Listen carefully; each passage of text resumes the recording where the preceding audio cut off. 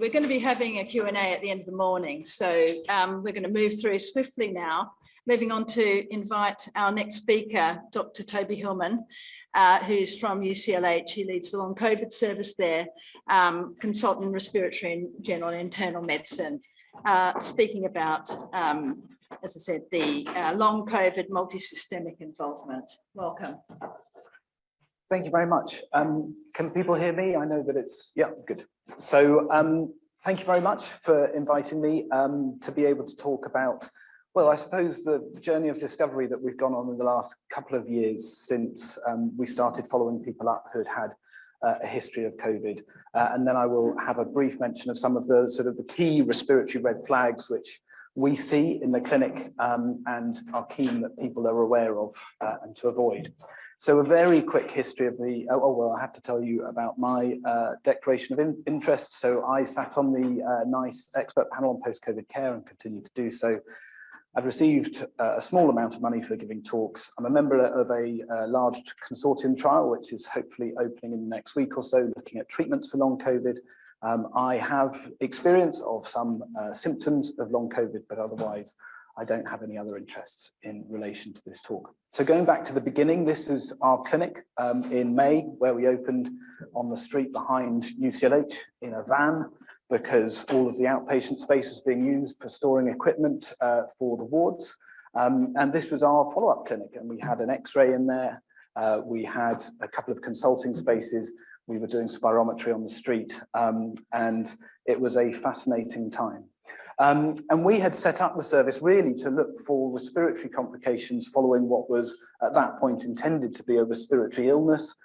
We were expecting that we would see post-viral, post-pneumonia, ARDS or fibrosis. We would assess people, make sure that they were safe, and then refer them on to the relevant service, and then we would shut up shop in 6 months. And the reality, of course, was very different. So thinking about the multi-system effects of COVID and why long COVID is such a multifarious disease, just looking at some of the research which came out early on in the pandemic, looking at the way in which COVID affects body systems, ACE2 receptor expression, which of course is the way that COVID gets into cells to infect them and replicate. We can see that ACE2, this receptor, is expressed throughout the body. So perhaps it's not so surprising that there is multi-system involvement in the sequelae of COVID. Importantly, this bit at the bottom here, the pericytes and vascular smooth muscle expressing ACE2 strongly, is vitally important because those tissues and systems where perhaps we don't see a high incidence of ACE2 expression within the organ parenchyma, the actual tissue of the organs, we do see that the support cells which exist throughout the body are susceptible to COVID infection. This was the data that we published 1 year on from our cohort. Hopefully some of you have seen it, but really this is not to sort of discuss in great detail, but just to highlight that actually we had more business, more sort of cases coming through the clinic from those who weren't hospitalized in terms of their COVID illness. And so that's important to keep in mind when we look at the populations we're serving with long COVID. But those that we did see, just reiterating these symptoms, significant amounts of fatigue, cough and breathlessness, and then these other symptoms, and importantly, yeah, we had 8% of people coming through with orthostatic intolerance of postural symptoms as we described them. Looking on a bigger scale, because we saw 1,300 patients in our first year, this is a paper published in Nature in 2021, looking at the incidence of new diagnoses following a COVID infection in the Veterans Affairs health system in the US. And you can see, so it's a bit of a complicated chart, I admit, but these are the yellow spikes are the new diagnoses which are statistically significant. And they also went on to compare with influenza A infections which were confirmed in the same period. And there's a significant difference between the incidence of new conditions affecting all systems following COVID rather than flu A. So COVID is different, and that's kind of the message. And this again is from millions of patients, I think, rather than just a sort of 1,500.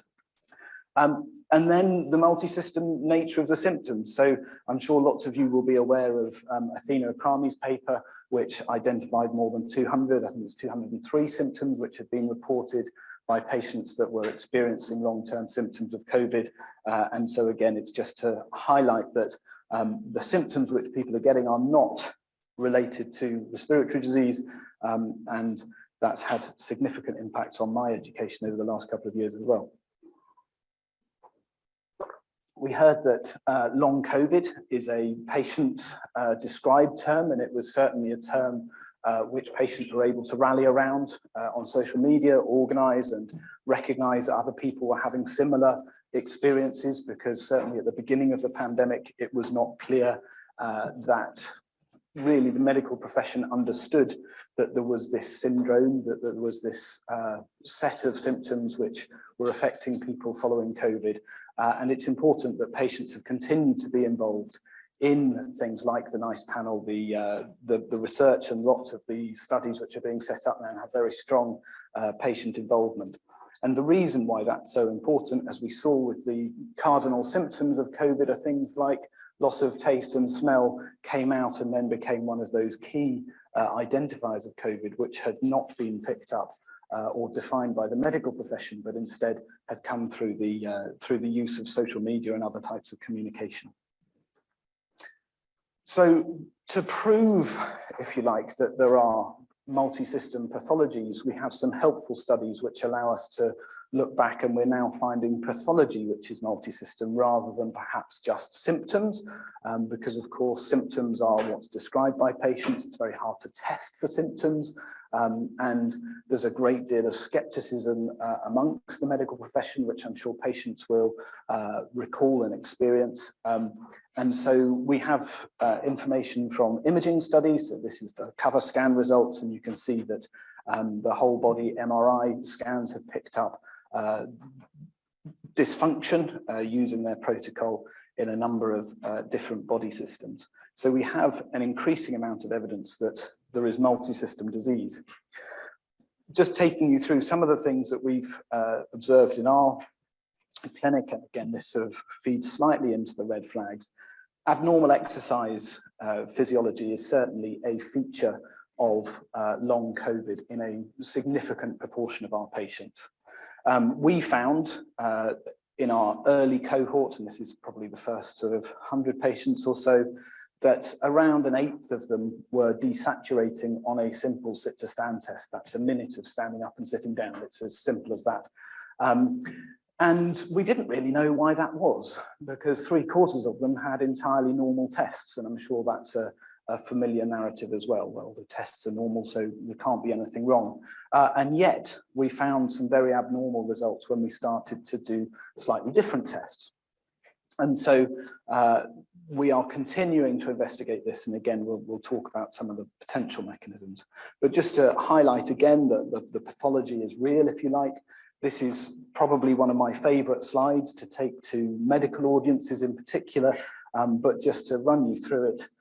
This is a 28-year-old's resting blood gas pre-test, and this is before a 6-minute walk test.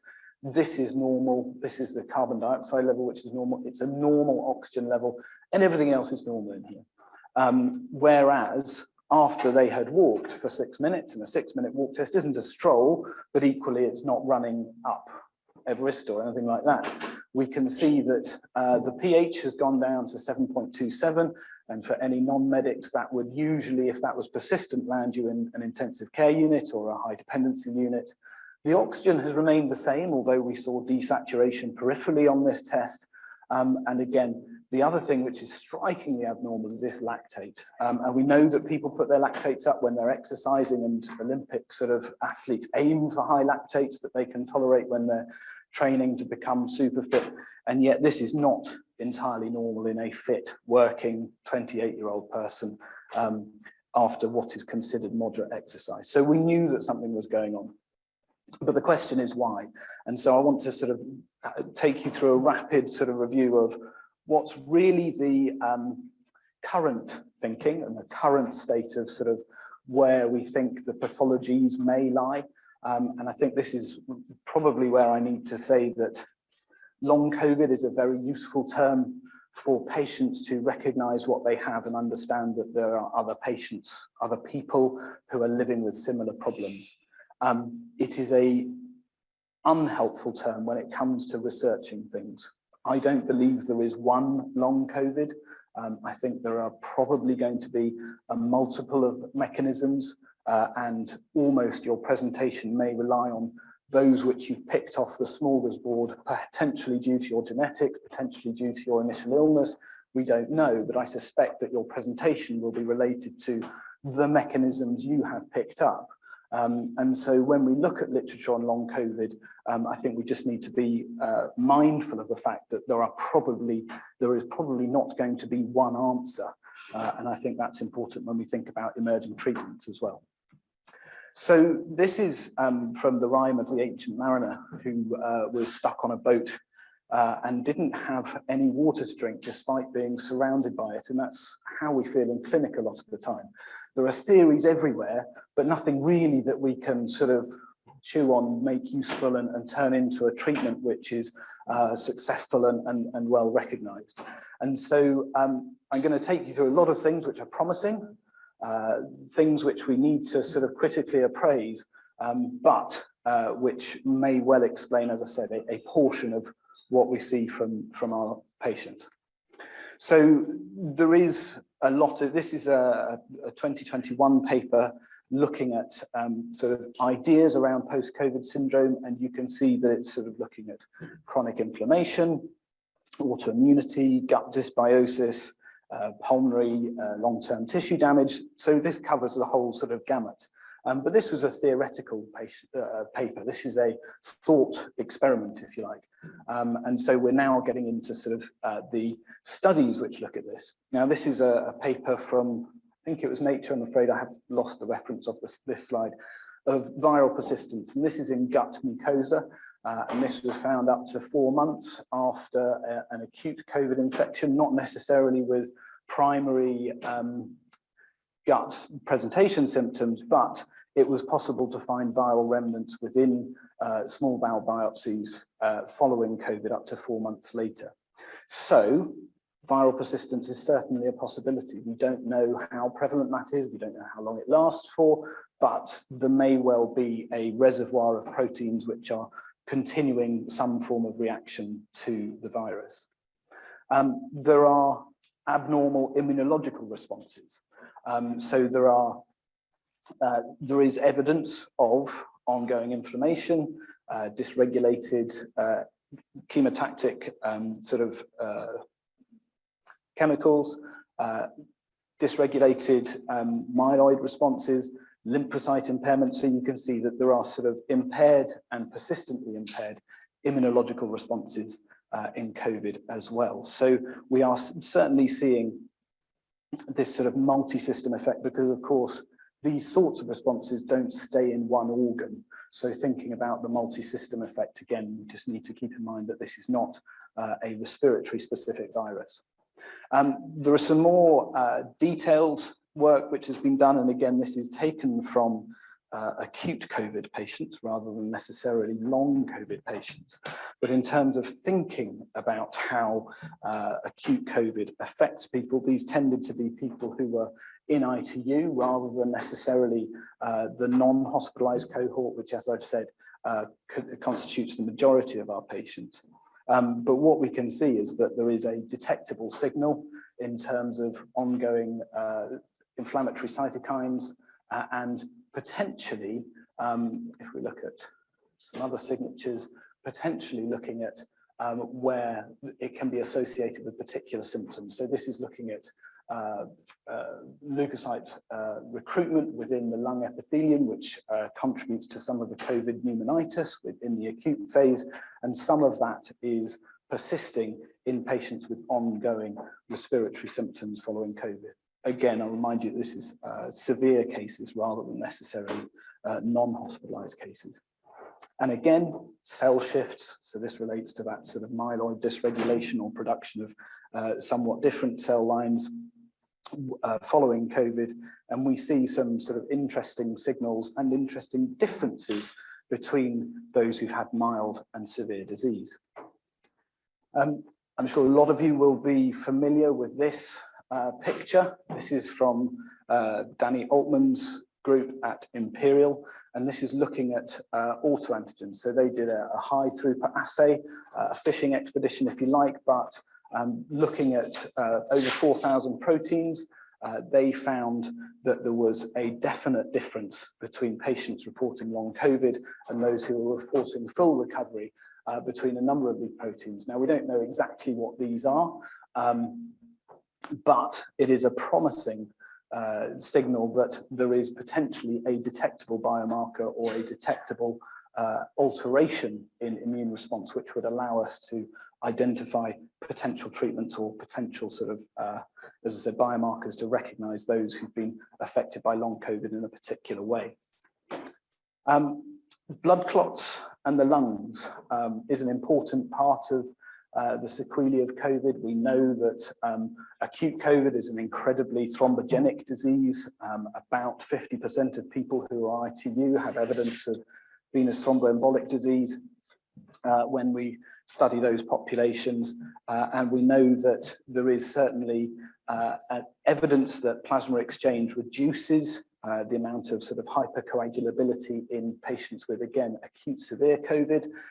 These are patients that were studied by Marie Scully at UCLH, and there's an ongoing study looking at plasma exchange in those patients who were really failing on traditional therapy, or the emerging therapy, adding in those agents from the recovery trial. But we can see that plasma exchange made a difference to their coagulopathy, and that seemed to relate to a clinical improvement as well. But what about post-COVID coagulopathy or long COVID coagulopathy? There's a paper which I'm sure anybody who's interested in long COVID will have been able to see, the Pretorius paper looking in South Africa. And that paper was looking, the initial paper which has been published was looking at 11 patients who'd had COVID. And there was, in terms of the non-hospitalized long COVID patients, there were about 5 which fitted that definition. But they identified these persistent amyloid microclots, as they're described through fluorescent microscopy.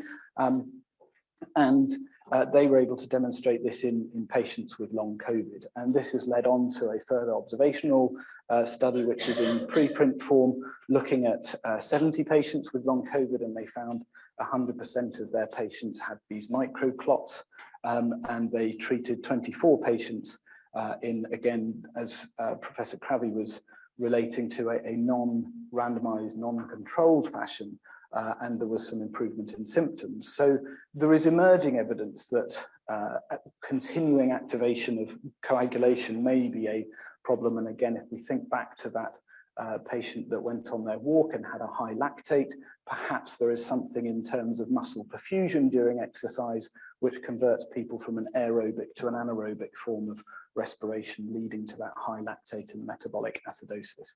So there is an attractiveness to this theory. It remains a theory, but again, we've been studying a slightly different measure of coagulopathy in our long COVID clinic, and we found that for those who had an abnormal exercise test, there is around an odds ratio of 4 that you will have an abnormal marker of coagulopathy using the von Willebrand and von Willebrand cleaving protease or ADAMTS13 ratio. So there's something in this coagulopathy question. Is it clinically relevant? Can it be clinically applied? At the moment, it's difficult to conclude that that is possible. But clearly there are many patient stories which support the idea of some form of anticoagulation being helpful, but really the high quality data isn't there at the moment to allow us to put that into routine clinical practice. Referring back to the Stimulate ICP trial, low-dose rivaroxaban is one of the arms of that treatment. And so that's for all comers with long COVID coming through the clinic. So hopefully we'll have some evidence of that within clinical practice soon. Mitochondrial dysfunction is a potential problem. And if we look at this paper, which is from March this year, we can see, again, this is from more of the acute severe patients, but we can see that there are some markers of mitochondrial dysfunction. And again, is that going to be the answer in terms of how people are altering their response to exercise, their ability to respond to increasing demands on their physiology, and that's leading to the fatigue, the muscle cramps, and the difficulty being able to sustain activity over time and the resultant fatigue. So this is, again, another, and mitochondria exist in all cells, and therefore this is going to be a multi-system problem. Now, this is not relating to multi-system disorders, but just in terms of being able to relate to different systems, which perhaps people don't think about all of the time. This just got my ears pricked up when I looked at this. This was presented at the Winter BTS last year, and was a fascinating paper, not necessarily terribly relevant to my clinical practice, but just as an idea was fascinating. So this is to do with the small hairs within the upper respiratory tract, which usually work as a sort of an escalator, a travelator for mucus out of the sinuses and move mucus around. And up to a year post COVID, patients were able to have samples of their respiratory epithelium taken, examined by electron microscope, and there were structural differences in the way that those hairs were being generated by the body. And indeed, when they looked at the motion studies, instead of waving to and fro, which is what they're meant to do to provide this sort of moving carpet, instead they were kind of waving round and round and were no longer as efficient at performing their job. Now, this doesn't sort of necessarily mean that all cilia in all of the body are affected, but in terms of the long-term effects of COVID, it's clear that this is not something you're going to pick up on a blood test. This is not something that you're going to pick up on clinical examination when you see somebody face-to-face in a consultation. But there are important long-lasting effects of COVID in multiple areas, and perhaps this is some of the reason why people struggle to get their smell back. Perhaps it's why they get recurrent sinusitis, the sort of the underwater feel in their ears if they are having eustachian tube dysfunction. So there's a number of things, and again, it's this sort of idea that if you do old tests for a new disease, you may well not get the answers that you're looking for. And again, looking at something else which affects all of the body, red blood cells, as we know, have to travel around the whole body to deliver oxygen. And the Max Planck Institute published something last year looking at the size and shape of red blood cells. And we can see, again, this is sort of, I mean, the details are perhaps less relevant, but you can see that the wider spread of shapes and morphologies of red blood cells following COVID-19 than those who've recovered and healthy controls. This is an incredibly difficult area to study, and there are very few places that look at it. But again, as a marker of the systemic effects of COVID and how that could be producing these long-term symptoms, it's just important to keep in mind that there is evidence out there, and it's not simply sort of something that's being imagined or generated. And this is a slide just to demonstrate a little bit of sort of what we're after. And I've stolen this from a picture that I remember from medical school, well, a poster from medical school where somebody had done just this on their physiology office. And this is just a reminder that what we're studying is a new disease that is affecting physiology. And this is intracellular physiology. This is not sort of necessarily everything. And yet we're trying to find an answer. So don't be too surprised if during Q&A I say a lot of I don't know. And don't be too surprised if it takes some time for us to be able to define what's going on with COVID. Finally, and importantly, there is the psychological element of disease. Relating back to Leslie's case, it is important for us to recognize that long-term conditions have significant psychological effects. It would be unreasonable to expect a middle-aged, successful mother who's got household duty, looking after children, trying to work, perhaps running their own business, and finds that they can no longer perform those roles, it would be unfair and entirely wrong to anticipate that there would be no psychological effects of that loss of role, that loss of self-esteem, that loss of efficacy. And so whilst there is an awful lot of resistance, understandably from patient groups about the psychology that's associated with long-term conditions, if we try to treat the physical without considering the psychological, we are really going into battle with one hand tied behind our back. It is impossible to treat one or the other exclusively, I believe. And so it's just important to keep in mind that, of course, our response to long-term conditions can exacerbate, can amplify, and can prolong symptoms. And being able to have a therapeutic relationship with patients, being able to hold some of the uncertainty around long COVID as an important part of the clinician's role in assessing and treating these patients. So I'll get on to the next section of my talk, which is respiratory red flags. So a lot of patients, as we've heard in the case study, present with a wide range of symptoms, and it is important that patients aren't just told, well, this is long COVID.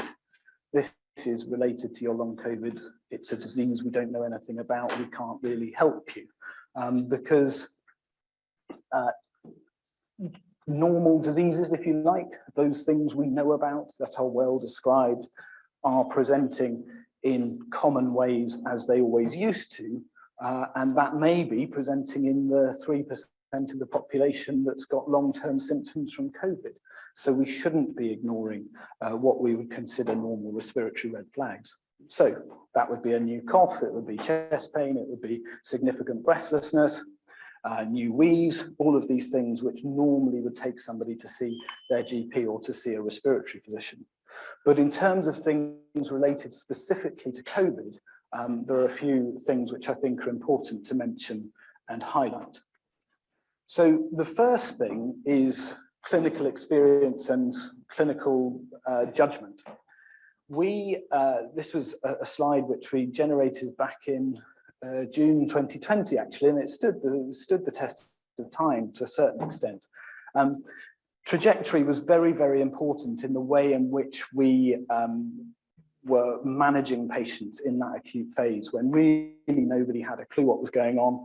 We were reacting to what we saw every day. We were having long discussions every evening going, well, I heard this today, what does that mean? And sort of this happened again, and we've no idea, what should we do next? What tests should we do? And we found that there's a goodly proportion of people who follow an expected recovery. That's great. 90, 95% of people. So brilliant. People are getting better. Then there were people who were getting better, but getting stuck. And perhaps this isn't in proportion, but it makes a nice slide because you can read the labels. But people who improve a little bit, but then bobble along and don't necessarily get any better than the point at which they recover or stay at following their acute illness. But then one of the things which caused us great concern was sort of what we call boomerang patients. And they were patients who were getting along nicely. They perhaps had been to an A&E department and had been sent home because, yes, they had COVID, they were unwell, but they could go away. They weren't needing to come into hospital and take up more of the oxygen supply, which of course was in very short supply, if you remember back to the dark old days of the first wave of the pandemic.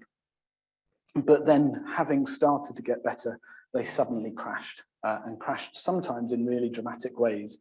And being able to respond to that was very important. In the first 100 or so patients that came through an acute A&E follow-up program, we found, I think it was 6 patients with significant pulmonary emboli who had been discharged from A&E because they were well, but during their follow-up phone calls, there was concern. They were brought in and then the diagnostics revealed significant pulmonary emboli. We didn't find that further out than 6 weeks, but it was an important thing. So, and still in the patients that we have with long COVID who are now gradually recovering or managing their symptoms themselves at home, if they suddenly have a deterioration, it is a warning sign that you need to look at something. And of course, that doesn't relate only to respiratory symptoms, but it's just an important note that understanding the trajectories of long COVID in patients is really important, and we know that it's fluctuating. So people do have crashes after they've had significant either a further illness or they've made a change in their lifestyle, but being aware of the boomerangs is really, really important for keeping patients safe. Another of the lessons that we learned in the first pandemic in particular, first wave of the pandemic in particular, perhaps less so now, but still something very important for us to be aware of, is that this was the message. Stay at home. Don't go out, don't seek help. Stay at home and get through it effectively. And patients took this to heart. They saw the images on the news of patients stacked up in corridors in A&E. They saw, you know, the story about sort of a hospital being a couple of hours from completely running out of oxygen. And so certainly a large segment of the population who sort of have a public service attitude said, well, okay, I'm ill with COVID, but I'm going to stay at home. And I still remember a chap that we met who said, yeah, I had a really hard time at home, and I only really noticed that I was ill in terms of not recovering when I sort of got back to trying to do my exercise in my own house on a stationary bike, and I couldn't do the same as I was before. He came in and we found that he had interstitial lung disease related to COVID, and he had done the right thing. He'd stayed at home, and it was only a chance conversation with a friend which brought him into hospital for a review in the outpatients department. And so critical illness was happening at home, and still patients, when they see the news, they read about COVID going around in hospitals, particularly with sort of recent headlines of increasing numbers of cases, people don't want to be in hospital. We've sort of almost moved back to the sort of 18th century view of hospitals, that they're places to be avoided because there's bugs running around them and they're going to sort of make you sicker.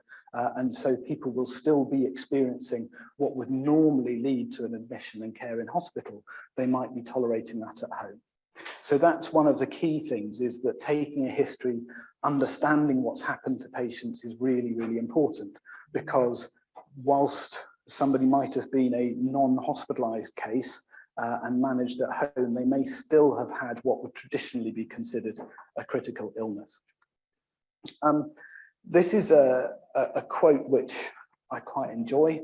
So if you listen to your patient, they're telling you the diagnosis, and this is from William Osler, who was a great medical educator and reformed medical education in the United States to a huge degree. But if it looks like a duck, walks like a duck, but sounds like a cow, it's probably not a duck. And this is something that's really important in clinical practice as well. I'm a respiratory physician. One of my pet hates is diagnoses of asthma. And I see some nods and some smiles, partly because the treatment for asthma is simple, it's cheap, it's easy to do. It takes the stroke of a pen, the click of a button, and somebody is treated. And yet, it may not be asthma. Now, if they respond to that treatment and they get better, that's brilliant. You've solved the case, you've got them managed, the patient's feeling better. But if they're not feeling better after you've initiated treatment for asthma, and then you keep on adding in more asthma medication, and you keep on adding in more asthma medication, and you're on tablets, and you've had several courses of steroids, and yes, you feel better when you've taken your course of steroids because they make you euphoric and you're quite happy bouncing around. And yet, you're still walking like a duck, looking like a duck, but sounding like a cow. It's probably not going to be the thing you thought it was. And this is what we're dealing with a lot. So this is taken pre-COVID, but it's a good picture. And what you can see here is a tracheal stenosis. We're seeing a huge amount of subglottic stenosis in patients who've been intubated. Often they've not recovered. And this is sort of the stuck and fluctuating group for those who've been in critical care. If anybody's been on ITU, you'll see that nurses, or worked on ITU, you'll see that nurses are obsessively check the pressures of the cuffs of their endotracheal and tracheostomy tubes. And the reason for that is that if the pressure is too high in the balloon that's sealing the airway, then you can cause tissue damage on the trachea. Now, when we were having medical students rolling patients to keep them safe, when we had orthopedic surgeons doing extra duties on ITU, performing the role of scribes and medical sort of opinions, I mean, almost one of the last things that was being paid attention to was the balloon pressure, cuff pressure. People just didn't really know about it. It wasn't part of their usual work. If you're a pediatric nurse and suddenly you're looking after critical care patients, you may not appreciate the importance. And so this commonly, particularly if it's subglottic and it's slightly higher up, presents as wheeze. And of course, what is wheeze? Well, wheeze is asthma. So you have an inhaler and you have steroids and you have another inhaler and you have a tablet. And you can go up all of it, and none of that is going to make a difference to a structural problem caused by a scar in your trachea. So it is vitally important, again, that you listen to patients. And the red flag I would say for this is that if you have wheeze on breathing in, it's unlikely to be asthma. Asthma is an expiratory wheeze. So if you have an inspiratory wheeze, and patients will describe it as a wheeze because they can hear it, because it's obvious, because other people comment on it. But if it's an inspiratory wheeze, it is unlikely to be asthma. Start looking for the cows amongst your ducks. The other thing which happens is vocal cord dysfunction, or it's called inducible laryngeal obstruction. Again, difficulty breathing in, and there are some talks later about dysfunctional breathing, but or breathing pattern disorders. But if you have, again, patients that describe difficulty breathing in and they have voice change, that doesn't fit the textbook definitions of asthma. Now, the two things can coexist. Physicians are taught about Occam's razor, which is that there'll be one diagnosis, which explains everything. There is a flip side to that, which is Hickham's dictum, which says that the patient can have as many diseases as he damn well pleases. And so, watch out for the coexistence of asthma with disordered breathing, asthma with inducible laryngeal obstruction, be that on exercise, on talking. So be careful with these things. And then finally, I've got this slide, which if anybody's appropriately aged will recognize that it's from Back to the Future. And one of the things, and it's sort of almost, I hope not stealing everybody's thunder, but we see patients with multi-system complaints. Patients come to us who had COPD, diabetes, heart disease, peripheral vascular disease, asthma, other lung COPD before they got COVID. And our experience in clinic and what is recognizable to many patients is that you say, well, the clock's been turned forwards by 10 years on those diseases which you already had. And they go, oh yeah, I guess that makes sense. Or the volume's been turned up to 11 on the symptoms that you already had. And those phrases really strike a chord with people. And actually, we're seeing an awful lot of what's gone on before coming back and being worse. And so we shouldn't forget that again, and this again is sort of one of those really difficult areas with long COVID, because if you've got COPD and then you're more breathless after your COVID infection, well, it's long COVID. Well, it might not be. It might be your COPD getting worse. Let's treat the COPD properly, and then you might improve. And actually, it's not necessarily all this inexplicable or poorly understood thing. It's just that we haven't really treated your underlying disease as appropriate as we could do. So just be aware of those prior problems. And then finally, this is a thank you. It was only my name on the front of the slides, but you can see that there's a huge number of people and ever-growing list who weren't there when we did the slide with the photos of people who are involved in the clinic at UCLH, have contributed time and effort, and thank you to them. So that's it for my talk, but I've been allowed to take some questions because I have to run off, I'm afraid, so I won't be here for the panel discussion later.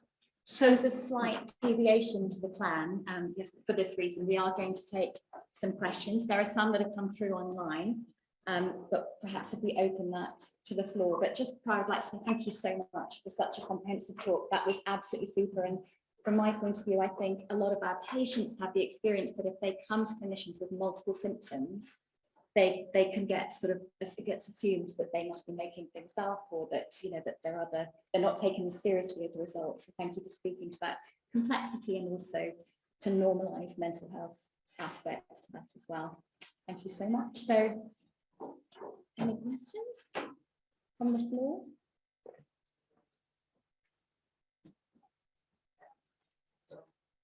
Thank you. Jonathan Shribman, long-COVID clinical assessor for primary care referrals. How sensitive and specific is an oxygen desaturation test in picking up ongoing lung disease, whether it's inflammatory lung disease or chronic PEs in practice? So I can't give you a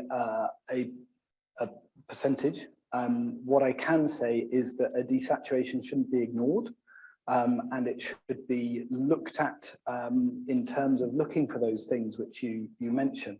But in addition, what we have found, and as you saw on the slide earlier, patients with peripheral desaturation, sometimes really very worrying peripheral desaturations, when we test their central saturations, if you like, in terms of measuring their arterial oxygen levels, when we do our 6-minute walk test, we don't see central hypoxemia, but we are seeing peripheral desaturation. Now, whether that relates to poor capillary blood flow, whether that relates to mitochondrial dysfunction in terms of not being extracting more oxygen than you would need in the peripheries, I don't know. I said there'd be lots of I don't knows. One more question. So how useful is transfer factor, which is something that GPs we can request, in picking up people with ongoing issues? Will we miss people who have got a normal transfer factor? So will we miss PEs for chronic thromboembolic? Chronic thromboembolic disease can have a normal transfer factor, but you would then be looking at other signs of pulmonary hypertension. So clinical signs can be helpful, but really the echocardiogram is probably the most useful aspect of that. In terms of looking at transfer factor, that is important, and it will pick up the chronic lung disease. It can pick up intracardiac shunts and things like that. So transfer factor is important. Interpreting it in light of prior disease is important. And if you've got anything before, well, that's just a gift. But certainly transfer factor is a useful test in identifying a problem. It doesn't necessarily tell you where or what the problem is. But certainly if you have, our principle is in our practice, if you find a desaturation, go looking for an answer. And then once you've reassured yourself that this is a signal problem, not necessarily a probe problem, but instead actually there is a peripheral desaturation, but perhaps it's not dangerous in terms of causing problems centrally, then you can be reassured. But otherwise, keep looking for why that person has hypoxemia induced on exercise. We've had quite a few questions online about the increased prevalence of COVID for women and impact on the reproductive system. Is that something you could speak to? Yeah, I haven't dedicated myself to understanding the sort of too much of the sort of the gynecological side of things in terms of management of perimenopause, which is around because, of course, when you look at the median age of the patients that are coming through the clinic, and there is a preponderance of female patients, that's a very live issue.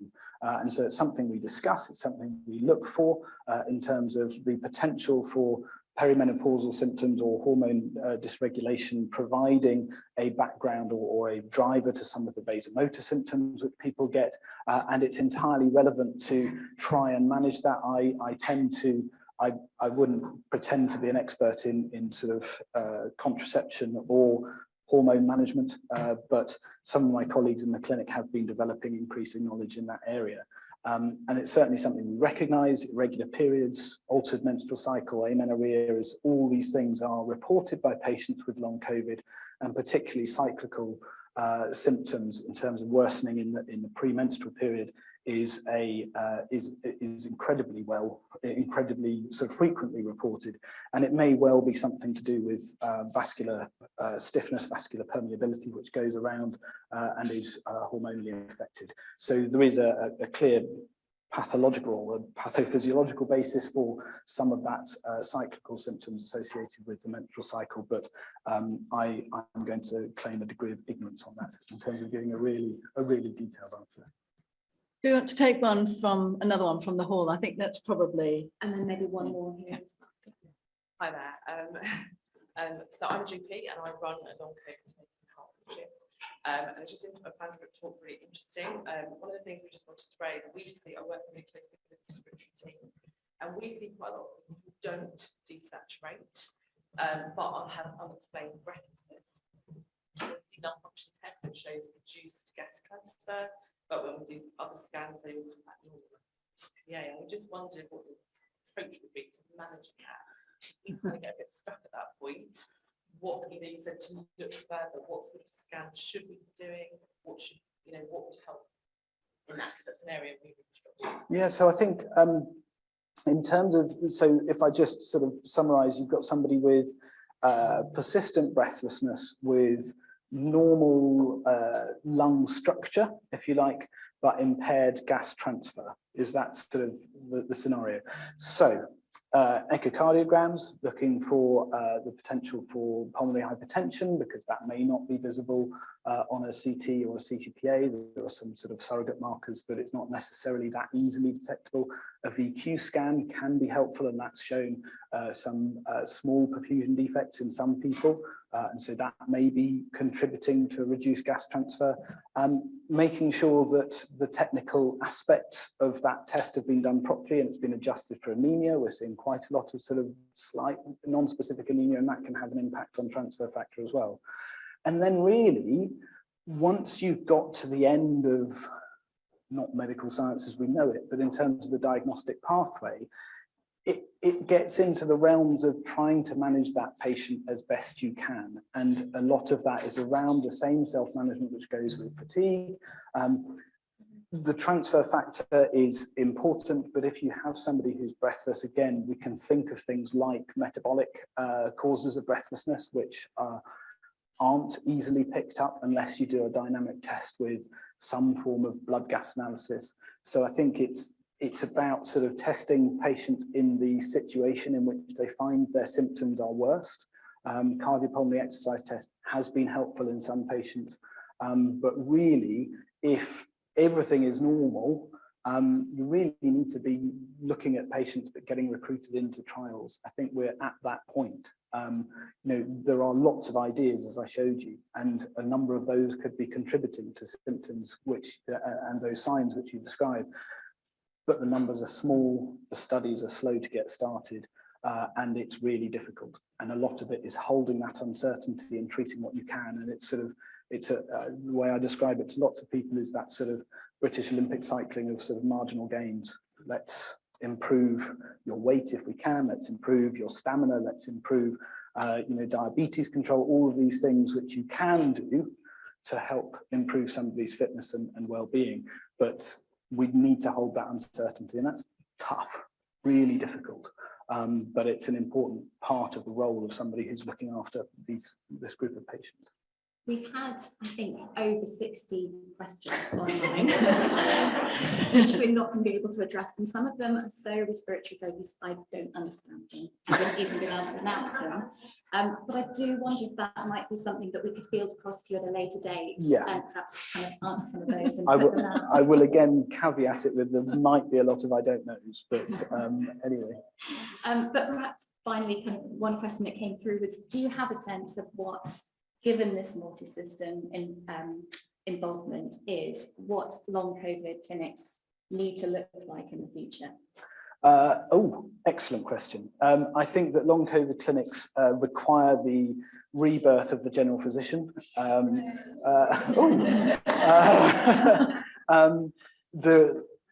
So patients need somewhere they can go where they will not be categorized in a single stream of thinking and then sent somewhere else for somebody else to think about something else.